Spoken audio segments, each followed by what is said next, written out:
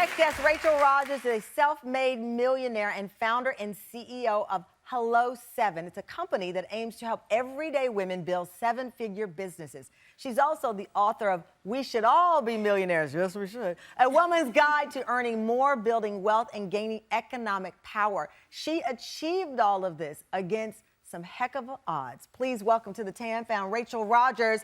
Rachel, thank you so much for the show. So, here are the odds. You grew up in New York, as you said, low-income household. Your father passed away 7th grade. Your mom battled alcoholism.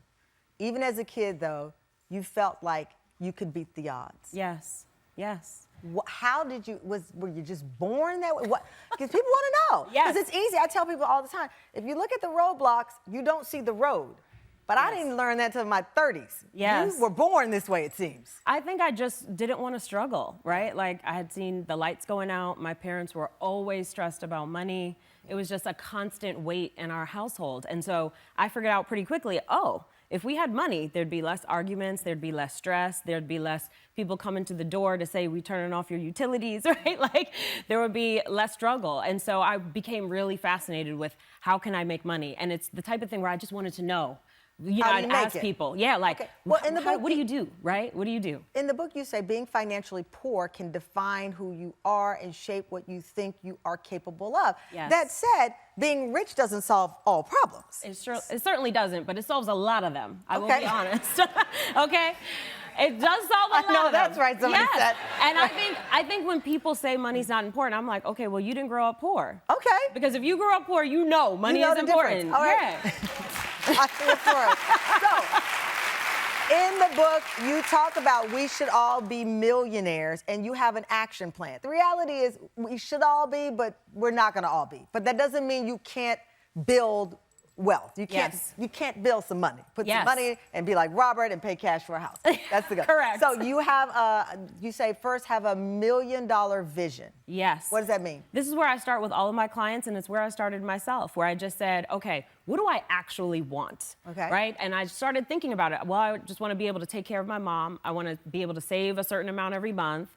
I want to be able to put my kids in extracurricular activities. Okay. I want a nicer house with more space. That's a long list. Yes, it's a long list. And you make your long list. Okay. And don't judge it. Just make the list. Just make the list. And then you map out how much does each of those things cost on a monthly basis? How much is it for a new house? How much is it for each of these things on a monthly basis? Then you figure out what's that gap. Oh, I need to make, let's say, $5,000 more a month.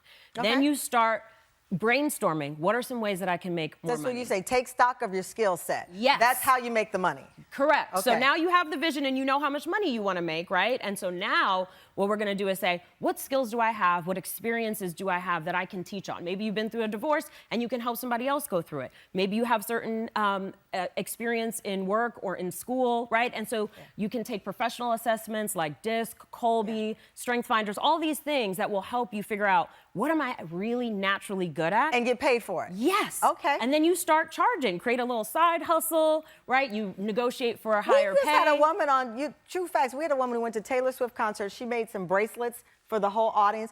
She started a bitch. She made $30,000 selling these little bracelets that were super cute, but she just started making 100 bracelets. Okay, last one, because we have to say, take yourself to money church quickly. Yes. What is take yourself to money church? Because I want to go there. Yes, you look at your money every week. We cannot avoid it. So look at your money every week. Look at what's in your bank accounts, your 401ks, all of those things. Think about the stories you're telling yourself about your money and reframe those stories. Yeah, because if you keep saying you're broke, you're going to be broke. Yes. It starts with belief. That changes everything. Against all odds, we can do it, Rachel says. Thank you so much. And guess what?